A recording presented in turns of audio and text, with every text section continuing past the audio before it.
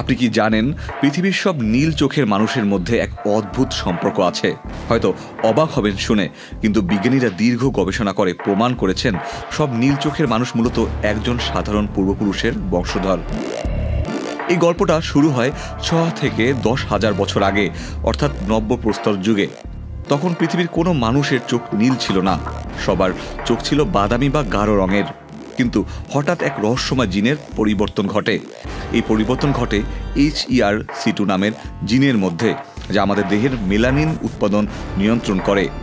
এই পরিবর্তিত জিন প্রথমে একজন মানুষের মধ্যে দেখা যায়। বিজ্ঞানীরা তাকে ফাউন্ডার বা প্রাথমিক পূর্বপুরুষ বলে থাকেন। ধারণা করা হয় এই মানুষটি কৃষ্ণ সাগরের উত্তর অঞ্চলে, বর্তমান ইউক্রেন বা আশেপাশের কোনো অঞ্চলে বসবাস করতেন। বান্ডেল থাকলে প্রতি সেনমানিতে টাকা বাঁচবে। বিকাশ সেনমানি বান্ডেল কিনে জিতুন প্রতি লেনদেনে। এই একটি মিউটেশনই পৃথিবীর সমস্ত নীল চোখের মানুষের সূচনা করে। পরবর্তীতে মানুষ যখন ইউরোপ এবং বিভিন্ন অঞ্চলে ছড়িয়ে পড়ে, তখন এই জিনটিও প্রজন্ম থেকে প্রজন্মে ছড়িয়ে যায়। ডেনমার্কের কোপেনহেগেন ইউনিভার্সিটির অধ্যাপক হ্যান্স আইবার্গ এবং তার দল গবেষণার মাধ্যমে প্রমাণ করেন নীল চোখের এই বৈশিষ্ট্য কোনো বহুল ধরনের মিউটেশন নয়, বরং একক পরিবর্তনের ফলাফল। অর্থাৎ সব নীল চোখের মানুষের চোখের রঙের উৎস একই,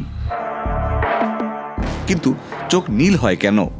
এর পেছনে রয়েছে আলো ছড়িয়ে পড়ার এক চমৎকার খেলা। আপনি জানেন, আমাদের চোখের আইরিশে যখন মেলানিন কম থাকে, তখন আলো ভিন্নভাবে প্রতিফলিত হয়, ফলে বাইরের দিক থেকে চোখকে নীল রঙের দেখা যায়। ঠিক এই একই কারণে আমাদের আকাশও নীল লাগে।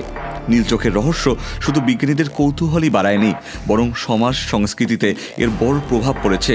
বিভিন্ন দেশে নীল চোখকে সৌন্দর্যের প্রতীক হিসেবে ধরা হয়, কিন্তু বাস্তবে এটি নিছকই একটি প্রাকৃতিক জিনগত বৈচিত্র্য।